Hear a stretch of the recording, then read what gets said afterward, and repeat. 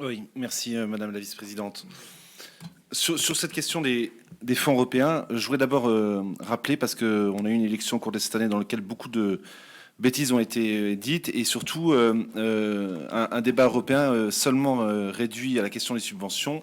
Moi, je voudrais rappeler que les fonds européens, c'est d'abord l'argent des Français, qui est pris sur le budget national, qui est versé dans le budget européen, et l'Union européenne nous en rend seulement une partie en gardant quasiment 7 milliards d'euros de notre argent. J'entends bien ce qui est développé sur le manque de réactivité de l'État, sur la définition des règlements de ces fonds européens. Moi, je voudrais quand même souligner que les fonds européens, c'est une galère, quelle que soit l'attitude de l'État. Ça l'est à la fois pour... moi, je suis viticulteur, donc j'ai pu l'expérimenter, mais aussi pour les collectivités. On avait eu en commission des finances une présentation ou une explication de la responsable du service Europe qui nous expliquait qu'il fallait être particulièrement déterminé quand on travaillait sur les fonds européens dans les collectivités, que le service de notre collectivité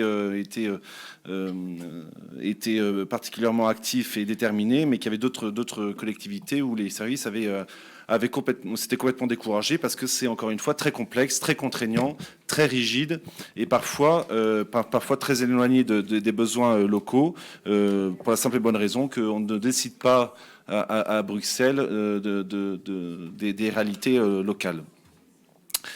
Tout ça pour dire que moi je voterai je suis pour le fait de récupérer les fonds européens qui sont encore une fois notre argent. Après, il y a une autre partie de la délibération sur la coopération internationale que je n'approuve pas et que j'avais déjà l'occasion d'expliquer pourquoi. Donc je m'abstiendrai sur cette délibération.